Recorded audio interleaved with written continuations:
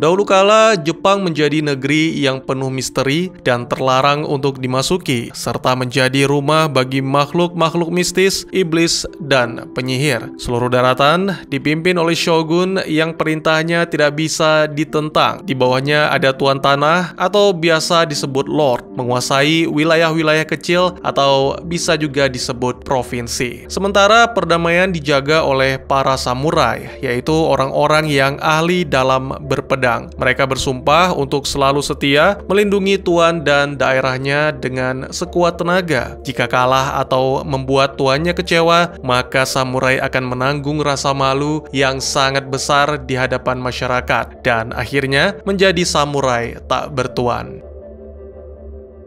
Selamat datang dan selamat berjumpa kembali bersama saya Teguh Gusto. Bagaimanapun kabar dan dimanapun kalian berada, saya doakan semoga teman-teman sekeluarga sehat-sehat saja. Seperti biasa, saya akan bercerita tentang sebuah film yang mana kali ini berjudul 47 Ronin, sebuah film yang rilis pada tahun 2013, garapan sutradara Carl Rinch, serta dibintangi oleh om saya yang tampan dan rupawan meskipun usianya sudah tak lagi muda. Baik kawan, tidak usah berlama-lama, siapkan diri Anda dan siapkan kopinya, karena segera kita akan melanjutkan cerita. Adegan kemudian menampilkan seorang pemuda yang dibesarkan oleh iblis berlari keluar hutan, sampai akhirnya ditemukan oleh sekelompok prajurit yang dipimpin oleh seorang tuan bernama Asano. Salah satu samurainya, yaitu Oishi, sebenarnya ingin menghabisi pemuda iblis itu, namun Asano melarang karena melihat suatu potensi besar, dan akhirnya si pemuda iblis itu pun diizinkan untuk tinggal bersama dengan para samurai di wilayah Ako, meskipun itu adalah sesuatu yang tabu. Semakin hari, pemuda iblis yang bernama Kai itu semakin tumbuh, dan kini dia sangat dekat dengan putri Tuan Asano bernama Mika. Ada perasaan yang tersembunyi di antara dua muda-mudi itu, namun mereka tidak pernah saling mengungkapkan karena menunjukkan kasih sayang jauh lebih baik. Tahun demi tahun berlalu, Kai telah menjadi pria dewasa yang mana sering menemani Tuan Asano dalam petualangan dan berburu. Pada suatu perburuan, Kai memberikan masukan kepada Oishi untuk tetap bertahan sembari menyiapkan perangkap karena makhluk yang mereka buru tidak seperti makhluk-makhluk pada umumnya. Namun samurai itu mengabaikan usulan dari seorang yang rendah seperti Kai, dan Oishi memerintahkan para prajuritnya untuk terus maju. Tiba-tiba seekor makhluk raksasa berlari ke arah pasukan sembari melancarkan serangan sehingga membuat Tuan Asano terjatuh. Melihat hal ini, Oishi memerintahkan semuanya untuk menghabisi makhluk itu.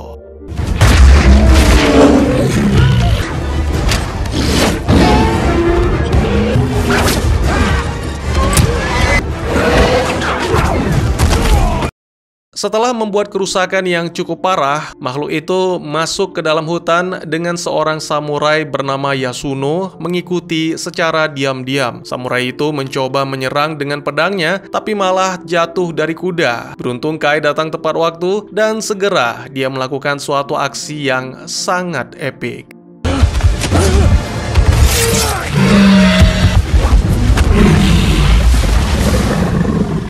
Kai mencabut pedang Yasuno dan dengan segala hormat mengembalikannya. Namun Yasuno malah tersinggung, mengatakan bahwa dirinya lebih baik mati daripada harus ditolong oleh seorang ras campuran tak berpangkat. Tuan Asano pun tiba, dan ketika melihat makhluk raksasa telah dikalahkan, dia mengucapkan selamat kepada Yasuno karena mengira samurai itulah yang membunuh makhluk raksasa. Dan dengan ini, Yasuno berhak mengikuti kejuaraan samurai yang akan segera diadakan untuk mewakili wilayah Ako.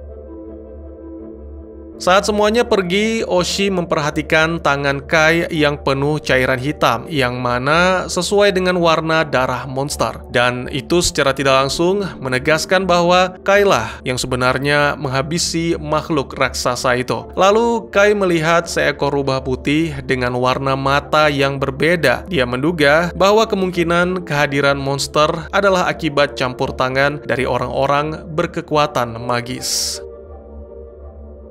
Dugaan Kai tidak salah. Beberapa waktu kemudian, rubah menjadi seorang penyihir bernama Mizuki. Wanita itu melaporkan kepada tuannya, Kira, bahwa Asano masih hidup. Sementara itu, ditampilkan putri Asano yang bernama Mika juga telah tumbuh menjadi wanita yang anggun. Saat mendengar tentang kembalinya sang ayah dan para pasukan, segera Mika menanyakan apakah ada yang terluka, meskipun mengetahui sang ayah baik-baik saja. Beberapa waktu kemudian, Mika mendatangi sebuah gubuk yang ternyata adalah tempat tinggal Kai dan mengetahui bahwa pria itu terluka akibat serangan. Mika mencoba membantu merawat luka tersebut. Meskipun berterima kasih, tapi Kai merasa enggan. Bukanku menolakmu untuk mencintaiku, tapi lihatlah dulu siapa diriku.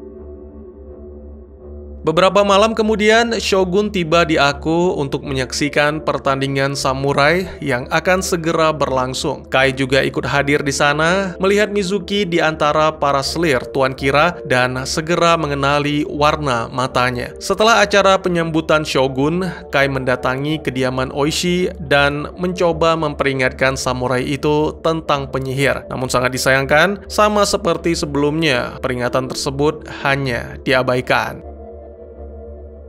Keesokannya, Tuan Kira terlihat bersama Tuan Asano membicarakan tentang wilayah Ako yang begitu subur dan makmur. Suasana pun seketika menjadi tegang ketika Kira mengira Mika adalah salah satu selir. Untungnya Kira segera meminta maaf dan mengajak Mika untuk duduk bersama menyaksikan pertandingan samurai. Tak lama kemudian, para pendekar dari masing-masing wilayah dipersilahkan untuk naik ke atas arena, dimulai dari pendekar asal Nagato yang tinggi besar, serta seluruh tubuhnya ditutupi dengan baju besi tebal. Sementara Yasuno masih melakukan persiapan, dan tiba-tiba saja penyihir datang dalam wujud rubah.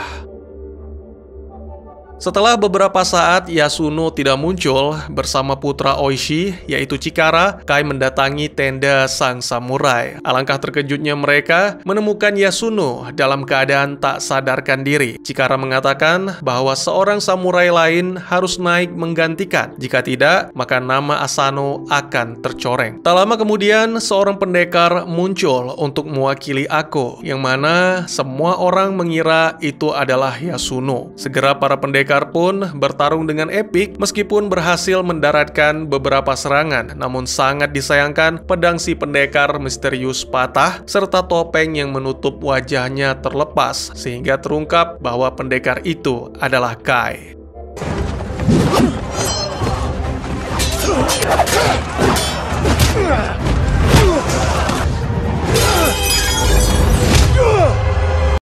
Segera Shogun menghentikan pertarungan tersebut, lalu menuju ke atas arena untuk melihat Kai dari dekat. Ya, Kai bukanlah seorang samurai, sehingga tidak berhak ikut dalam pertandingan, dan hukumannya adalah dipenggal. Namun Mika segera berlari untuk melindungi Kai, dan Asano pun ikut memohon. Hal ini membuat Shogun kesal, tapi karena dia sangat menghormati Asano, akhirnya Kai pun dijatuhi hukuman ringan, yaitu dipukuli. Stop!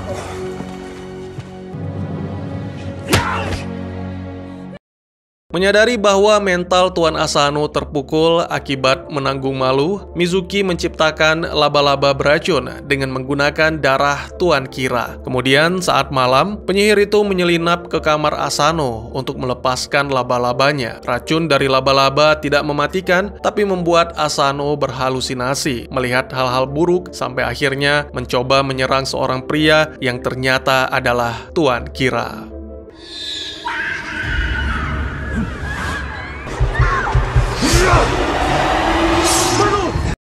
Akibat perbuatannya yang menyerang salah satu tamu kehormatan, Asano seharusnya mendapat hukuman mati. Tetapi lagi-lagi, karena Shogun sangat mengagumi Asano sebagai seorang pemimpin yang bijaksana, jadi sang pemimpin Ako itu dipersilahkan untuk melakukan seppuku, dan itu akan disaksikan oleh seluruh keluarga.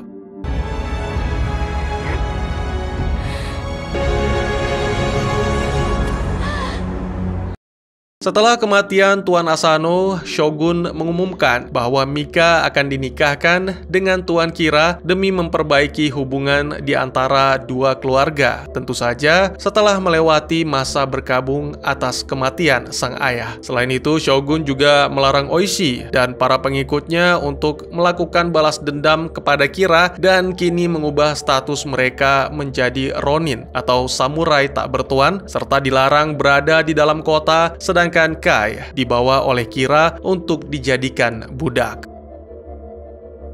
Untuk memastikan tidak adanya balas dendam, Kira menempatkan Oishi di dalam lubang untuk menghancurkan mentalnya. 1 tahun kemudian, para pengikut Kira akhirnya melepaskan Oishi yang kini terlihat lemah tak berdaya dan melemparnya ke jalanan. Beruntung, pria itu segera ditemukan oleh keluarganya dan dibawa pulang. Saat makan malam, Oishi mendengarkan semua kabar yang selama ini tidak diketahui. Para samurai telah meninggalkan aku, Kai dijual kepada orang-orang Eropa, sedangkan Mika tak lama lagi akan menikah karena masa berkabung sudah hampir selesai. Oishi pun bangkit dan segera memerintahkan putranya untuk menyiapkan 3 kuda. Chikara juga diperintahkan untuk mengumpulkan para Ronin, sementara Oishi sendiri akan berkuda menuju ke Kepulauan Belanda untuk menjemput Kai.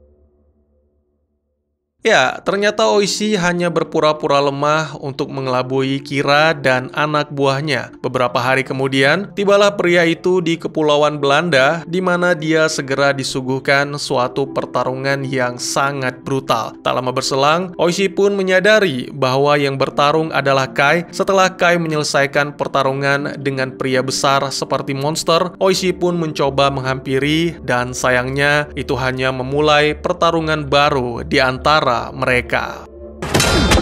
It's me.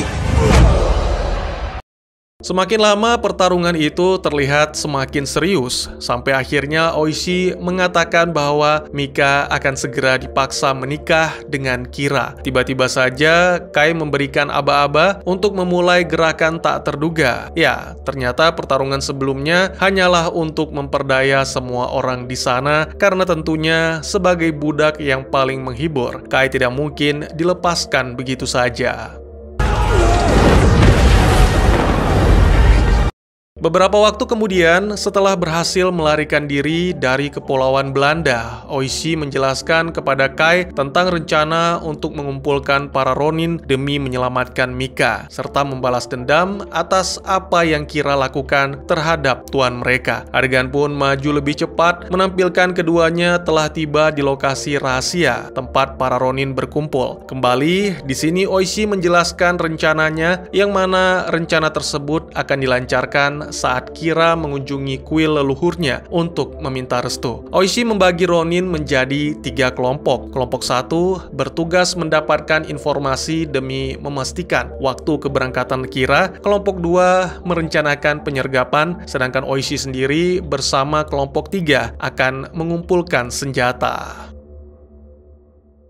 Beberapa waktu kemudian, Oishi dan para Ronin tiba di kota Uetsu, di mana para penempa pedang terbaik berada. Sayangnya, tempat itu seperti kota mati, dengan para prajurit Kira berjaga di mana-mana. Tak lama berselang, para prajurit pun menghampiri, dan ketika kecurigaan mulai timbul, segera Kai pun beraksi.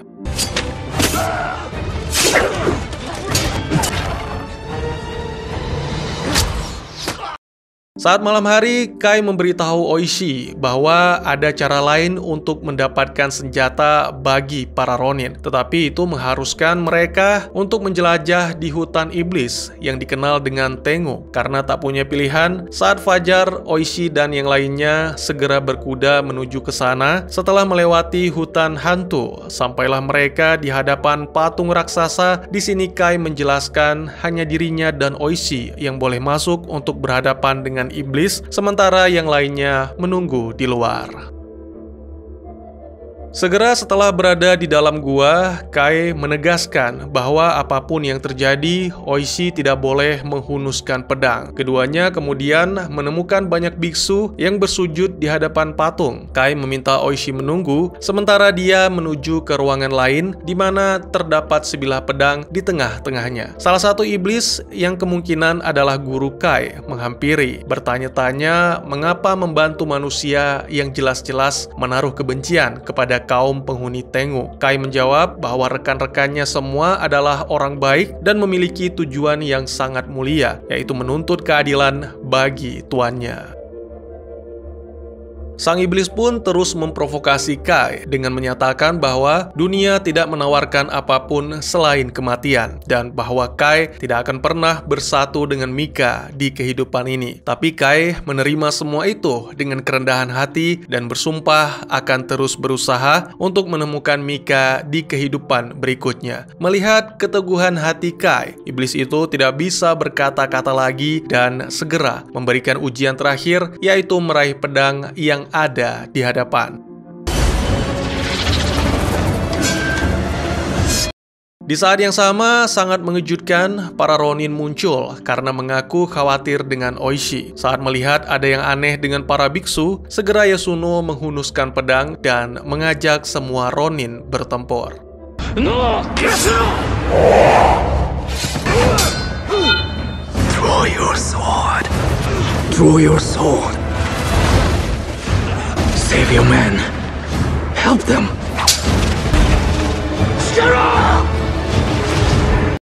Oishi nyaris melanggar syarat utama yang sebelumnya dijelaskan oleh Kai. Ya, ternyata semua itu hanyalah halusinasi sebagai ujian yang diberikan oleh iblis kepadanya. Sesaat setelah semua halusinasi itu berakhir, pedang-pedang katana muncul, menunjukkan bahwa Oishi berhasil menahan diri. Mereka kemudian meninggalkan hutan dengan pedang baru dan beberapa waktu kemudian tiba di rumah petani yang bisa dibilang markas rahasia para Ronin. Oishi mendapat kabar dari kelompok 1 yang bertugas mengumpulkan informasi bahwa malam ini Kira akan mengunjungi kuil leluhur, yang mana hal ini membuat Oishi memerintahkan semuanya untuk bersiap menjalankan rencana.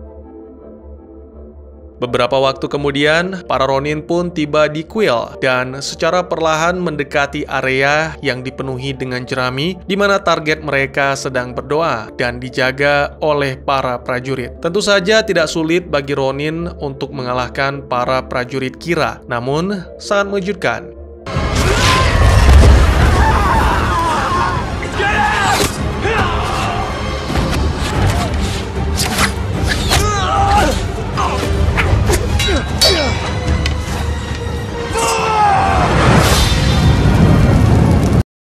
Kelompok Ronin kembali ke rumah petani membawa kekalahan. Bahkan tak sedikit dari Ronin yang tewas akibat jebakan si penyihir, termasuk Basho yang telah mengorbankan diri demi melindungi Yasuno. Kai mencoba meyakinkan Oishi bahwa harapan akan selalu ada dan bahkan mungkin kini mereka bisa mengambil keuntungan dari kekalahan karena pastinya Tuan Kira mengira para Ronin telah mati. Jadi Kai mengusulkan memanfaatkan hal ini untuk menyiapkan serangan kejutan.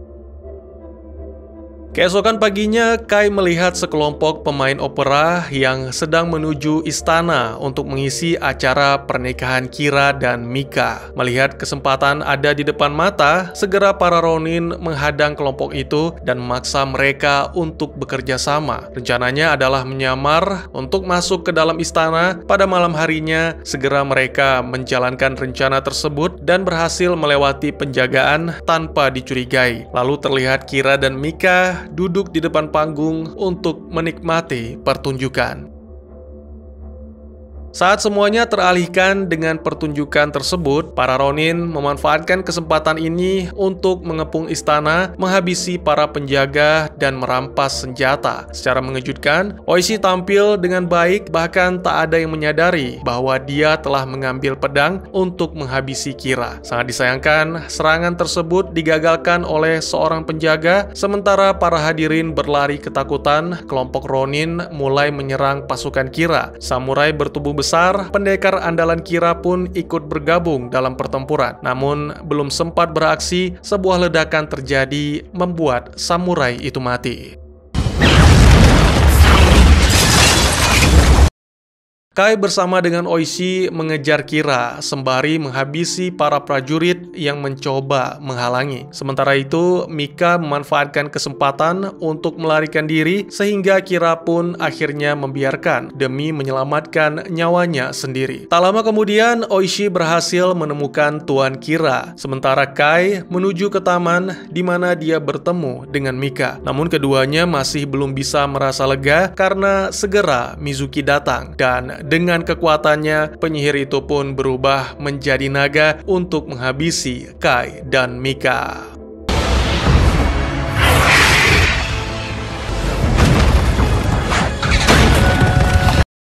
Bersamaan dengan itu, Oishi juga memulai pertarungan dengan Kira. Pada awalnya, mereka terlihat sama kuat, namun pengalaman sebagai samurai membuat Oishi lebih unggul, dan segera Oishi mengeksekusi Kira sebagai bentuk balas dendam atas kematian Tuan Asano. Segera Oishi membawa kepala Kira untuk membuktikan bahwa para Ronin telah memenangkan pertempuran. Kembali ke Kai yang masih bertarung melawan Mizuki yang menjadi naga. Pada suatu titik, Mizuki berhasil menumbangkan Kai, lalu kini berusaha menghabisi Mika yang telah menyia-nyiakan Tuan Kira. Beruntung Kai segera bangkit dan meraih pedang serta menggunakan kemampuan iblisnya untuk melancarkan serangan pemungkas.